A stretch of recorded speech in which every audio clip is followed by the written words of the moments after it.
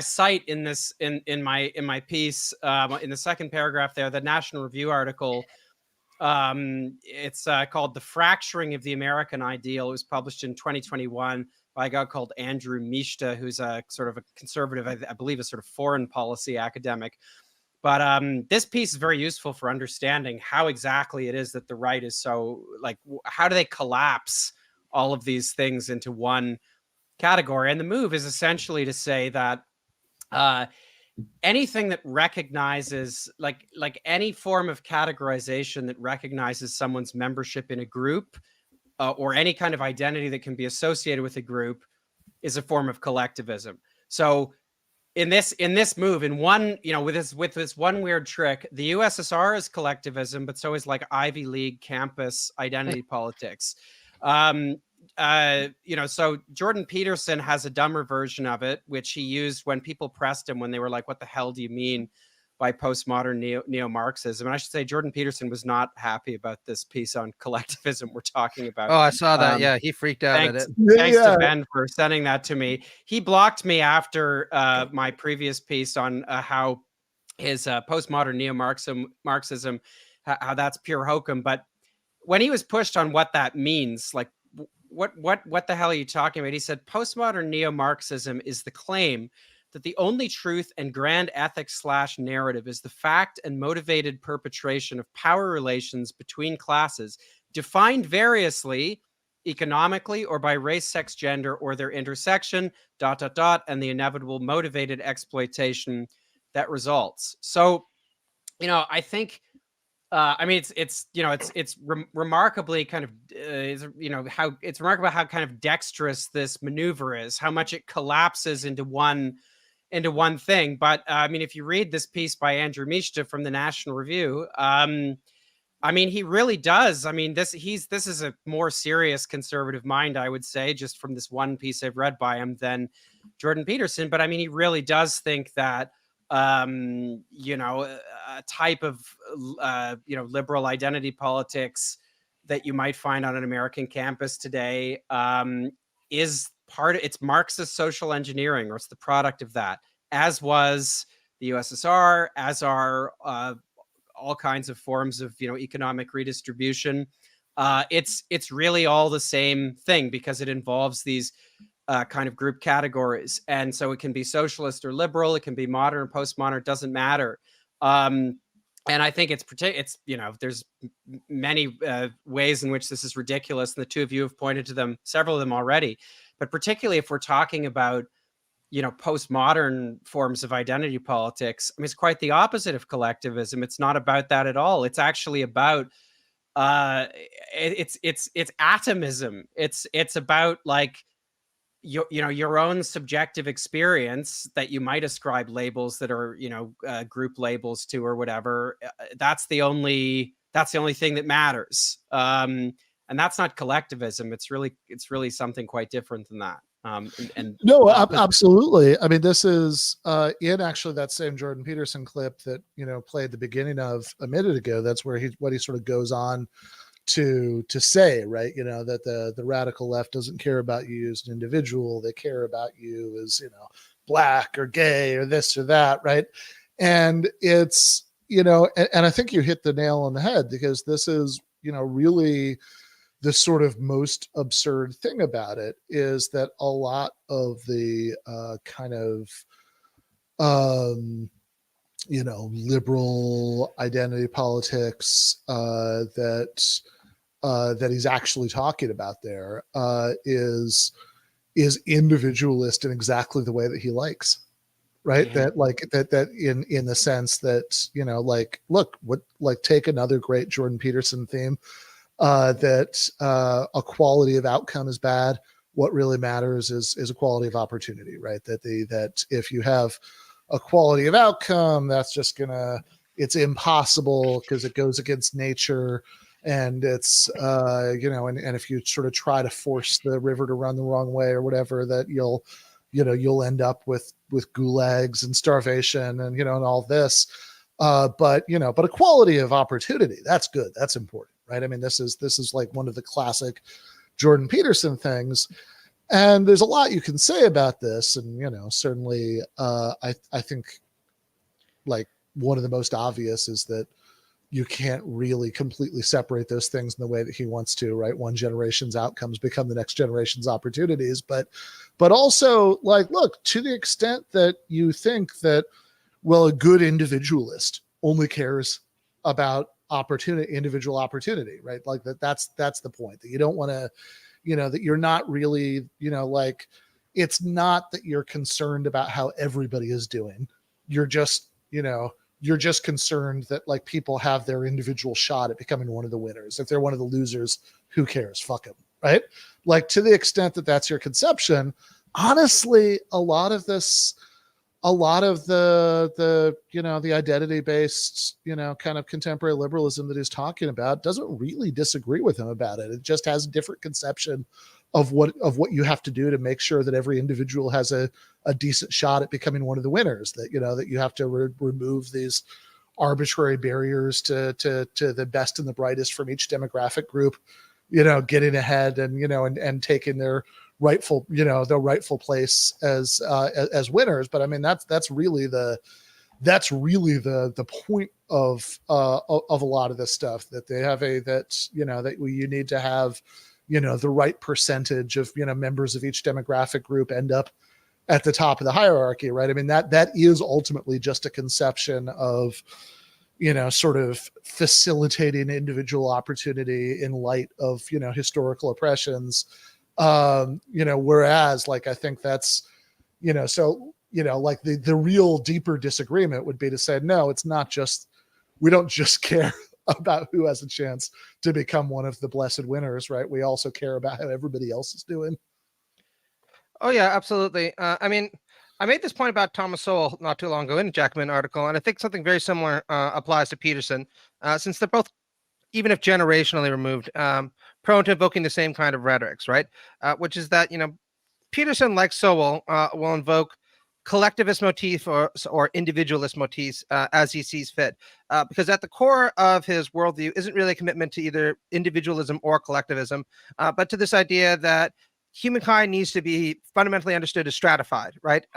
People, community, society, civilizations are different, and they're different in ways that can be arranged or understood hierarchically. And a good society is one where the best individuals are at the top, the best civilization is hegemonic, the superior culture rules over the lesser culture, and everyone else is somewhere at the bottom. So it is a worldview that is attentive to difference, but only attentive to difference in this very peculiar and very hierarchical kind of way. And the fact that he's so fixated on this and so unreflective about its real basis is one of the reasons he can't even recognize the elective affinity between some aspects of what he's arguing for and some aspects of what the left is arguing for. So let's take, you know, one of the great progenitors of so-called identity politics, right? Michel Foucault, you know, the eternal bugbear of everybody who hates postmodern neo-Marxism, right? You know, Foucault was very transparent about the fact that his major theoretical influence was the same as Jordan Peterson's, Nietzsche, right? You know, Foucault was not even subtle about this. In an interview in the 1970s, he said, I am a Nietzschean, right? Doesn't get much more expressed than that, especially for somebody like Foucault. Because at the epicenter, certainly, of his late thought is this idea that the best kind of society is one that allows people to engage in what he calls self-creation, right? Which is, you know, at the core of his idea that the soul is the prison of the body, right? Once you realize that there's infinite possibilities for what we can do with our body, you realize that we can self-create in a lot of interesting ways. The difference between this ethic, very individualistic in its orientation of self-creation, and Peterson's is, of course, Foucault very rightly pointed out, while a lot of people can't engage in self-expression if they're in societies where they're constantly subjected to discipline, power, domination, and removing that would actually allow a lot more people to engage in acts of self-creation. But of course, Peterson isn't really all that interested in this, because if you're somebody who's at the top, maybe you're entitled to acts of self-creation. But for everyone else, you know, the best that you should really set yourself to is cleaning your room, conforming to the traditions into which you're born, and knowing your place. Because if you demand an opportunity to engage in self-individualization or self-creation for yourself, that's going to mean challenging systems of domination that he just does not want challenged. Further to what you're just saying, Matt, I mean, I would like to ask the two of you what you think about Peterson's, I don't know if it's possible to get this on the screen, Ben, but Peterson's actual response I had a Yeah, debate so- with Will Sloan, my co-host of my podcast, you? about exactly what Peterson meant Yeah. here. So there you so so so there you yeah. have it. So when Jacobin tweeted out your article, the original Jacobin tweet was the socialist objective of securing shelter, leisure time, and economic well-being is about creating a foundation upon which everyone can pursue their dreams, curiosities, and ambitions without having to constantly worry about their mere survival. A lot of that's taken straight from your article, or is a very like close summary of it. And to which Dr. Peterson responds by calling you an idiot socialist. Says, you idiot socialists think that survival is mere, which, man, I have, come on, man. Don't talk about Comrade One like that. But they have. I want to point out that this is also a guy who in the early 2020s, when the pandemic was still raging, released a gigantic op-ed in the National Post, bitching and moaning about how he wanted lockdowns to end because he was on the phone for 45 minutes and they put him on hold and he couldn't fly wherever it is he wanted. So this new motif that he seems to be adopting, that we need to have a tough society that recognizes that even survival is something that's really hard to achieve, always strikes me as hilariously funny, since I can't think of anybody who is more brittle than Jordan Peterson. I mean, he's the kind of guy who sits there and is put on hold for 45 minutes and says, we need to radically upend social policy because I can't handle this anymore.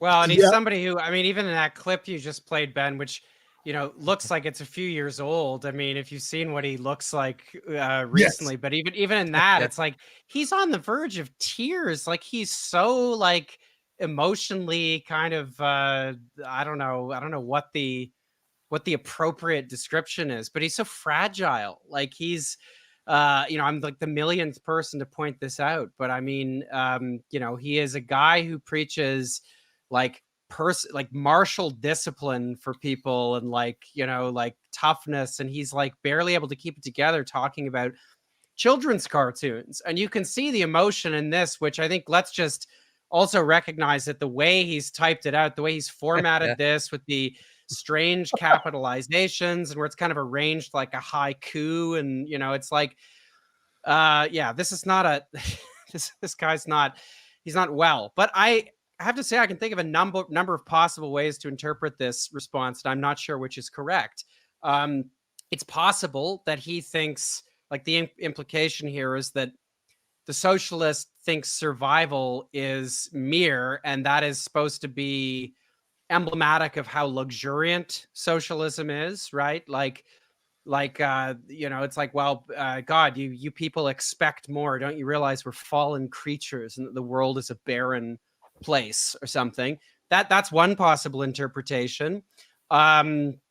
But I don't know, I feel like he could also be saying something else. Could he be perhaps as a guy who likes to think as like a primitivist and sort of invoke these like things about nature and ancient realities and truths? Like, could he be saying, well, the vast majority of people are thinking, the vast majority of people have lived lives of kind of mere survival, and so modernity has actually kind of gotten us beyond that? I mean, what do you guys think is going on here? I think it's probably a combination of all of those, right? Like I spent a lot of time reading Jordan Peterson, and he'll strike all the different notes that you're talking about. Sometimes he'll sit there and be like, look, if you were to give everybody everything that they wanted, this is usually when he appeals to Dostoevsky, they would actually be deeply unhappy, because human beings fundamentally don't want to be happy in the sense of being materially pampered and well cared for. They want struggle and spiritual depths and difficulties, which again would resonate a lot more if he didn't break down at being put on hold for 45 minutes and say, resonate a lot more if like this is a man who, as far as I can tell, spends a lot of time, like, doesn't he go to Florida a lot and stuff like that? It seems like he likes comfort, is not content with mere survival. Oh, absolutely. Right. Well, Arthur Schopenhauer also used to say, we need to distance ourselves from the world, and then would routinely look through newspapers trying to figure out if he was famous. So do as I say, not as I do. Right. But I think the other motif is very much kind of what you were talking about also, right? This idea that, riling people up by offering them the possibility of a better future is just going to lead to social disruption. It's better off for people to be content with what they have and work incrementally within the horizons that they're given to try to improve their lot. And I think that there's an instinct there that is correct from a conservative standpoint. One of, I think, the most revealing moments I've ever read in a right-wing author is in Roger Scruton's The Meaning of Conservatism, where he says, there's something really admirable about unthinking people who bear the burdens that life imposes upon them without trying to politicize them, and don't sit there and ask whether a better world is possible, but content themselves with the world that they have, right? Peterson is not nearly as explicit about admiring a lack of thinking as Roger Scruton was, at least in The Meaning of Conservatism. But I think the same idea is there, right? Once you realize that even surviving is pretty good, you stop imagining that we could do better than surviving, and you start focusing on saving up enough money to get your PS5, and that'll be the limit of your ambitions. Yeah, I mean, Peterson is always, and you're right, Luke. You can tell that this was an old clip because now,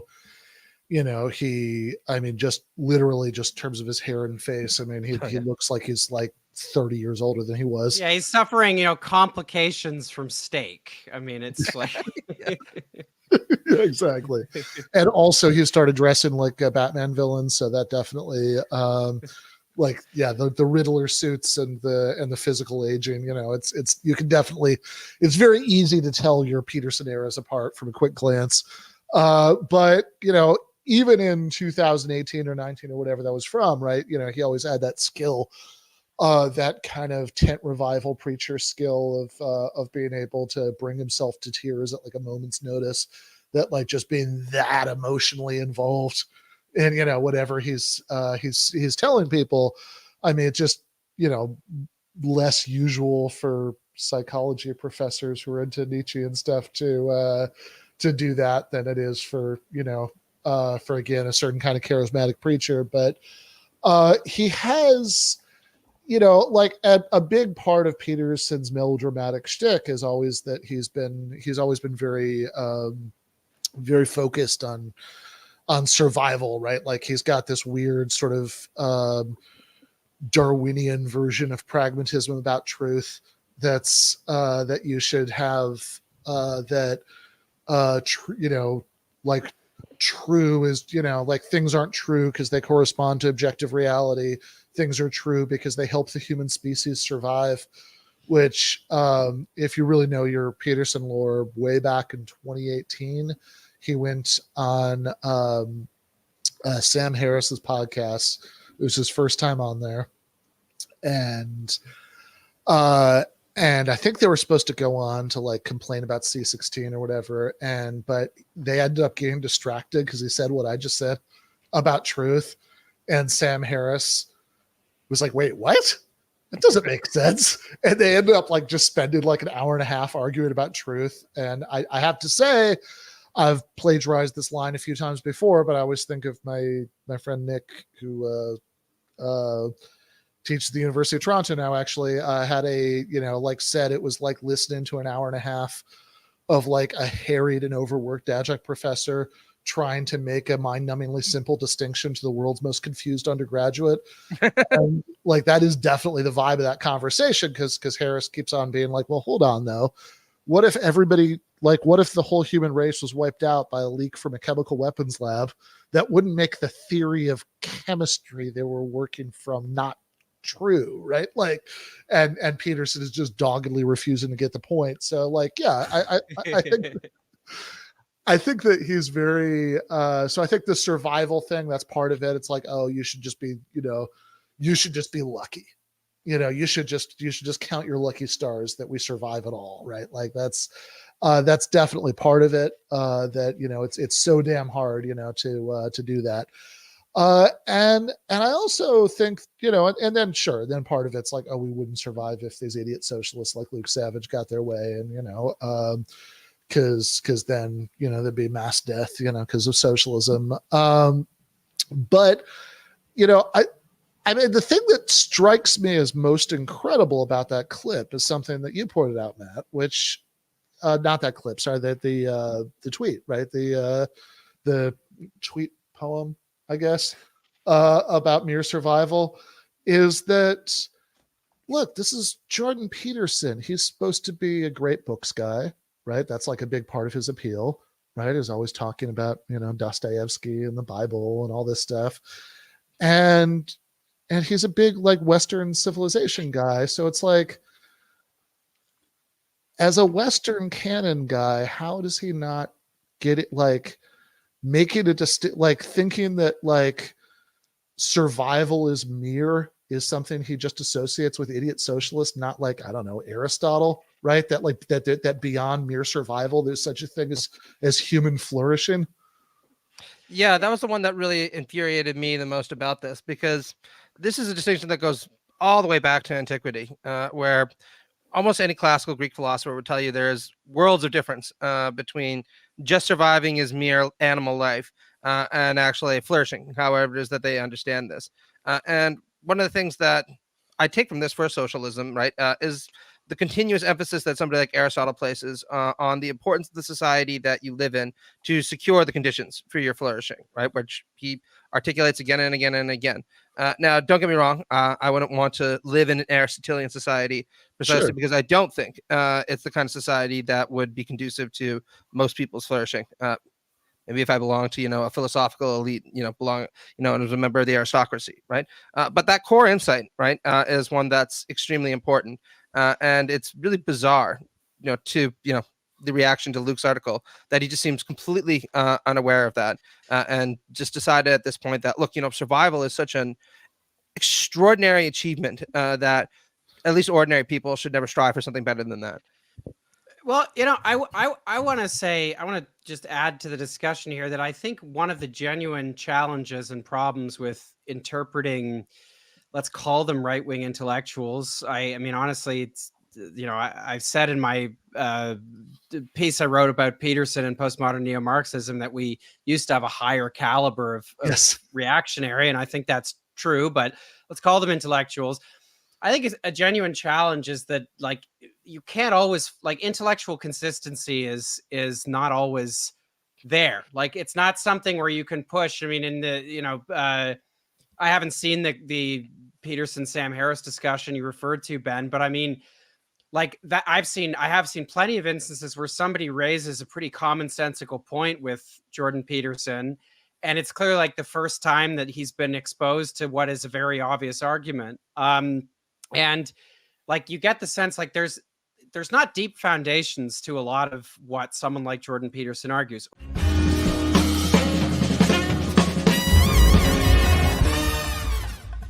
You have been watching free public content from Give Them an Argument. To access every single episode of the show, the main show on Monday nights, all of the streams, all of the debate breakdowns, all of the patron-exclusive postgames on Monday nights, all of the patron-exclusive bonus episodes every week, and much, much more, go to patreon.com/Ben Burgis.